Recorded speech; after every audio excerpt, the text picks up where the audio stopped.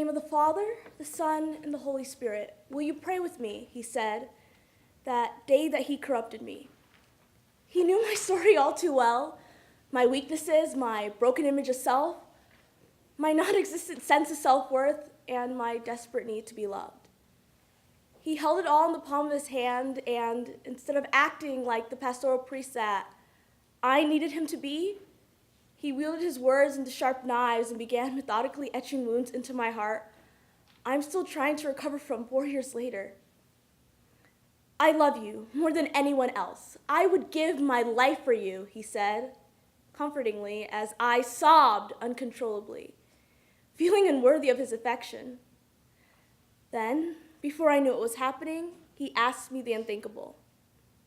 It'll be our secret, he said, as he hung up.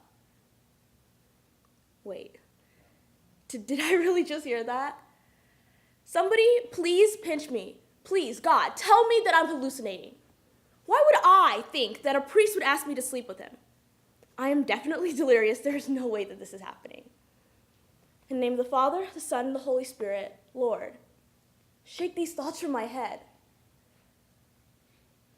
In a few weeks, I saw him at confession, which he conveniently decided to host in his bedroom. I came seeking reconciliation, but he decided it would be a better idea to multiply our sins instead. His hand slid down the small of my back. I was petrified, immobilized both by fear and the deadlock of his arms around me. Kiss me, he said in a snake-like voice, and God, I could swear I could see the devil in his eyes. He motioned to his bed. Doe-eyed and mute, I shook my head no, because my cranial muscles were the only ones not laden by a massive disbelief to move. God, there is no way that this is happening. This could not be real. In the name of the Father, the Son, and the Holy Spirit, Lord, wake me up from this nightmare. I wish it stopped there, God. I wish it didn't go any further, but it did. It stretched and dragged for weeks and then months.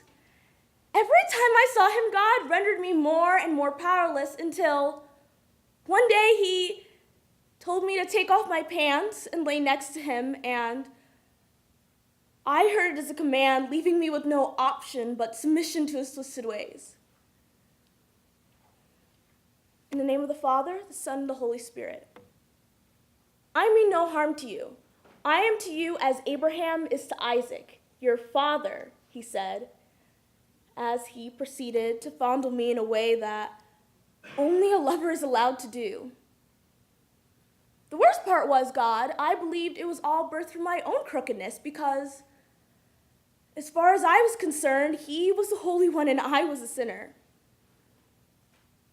But then it hit me, God, this wasn't a hallucination. No, God, this was real. In the name of the Father, the Son, and the Holy Spirit, God, where the fuck are you?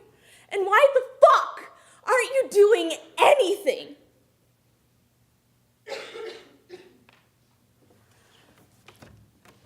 For so long, I've been holding on so wretchedly, reliving every moment that he put me through, and letting it dictate my relationship with you, my family, and even myself. Most days, I feel the weight of it all looming over me, like a permacloud forbidding the rays of sunshine to warm my heart. It's like the non-ending pitter-patter of sorrow and shame.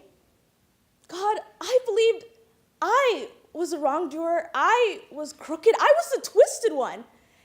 And nobody could save me, God, because I didn't have the courage to save myself.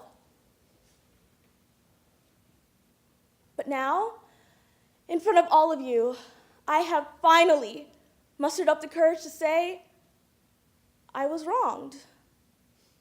I am the victim. I am the innocent one. God, I was sexually abused by a priest when I was 17 years old, and my heart is still mostly in shards from it all. I know I cannot change the past, but I am done letting it define my life and robbing me of joy.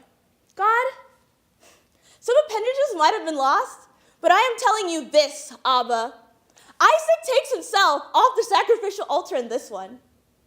I don't know when, and I don't know how, but I know that in the name of the Father, the Son, and the Holy Spirit, I know I'll be all right.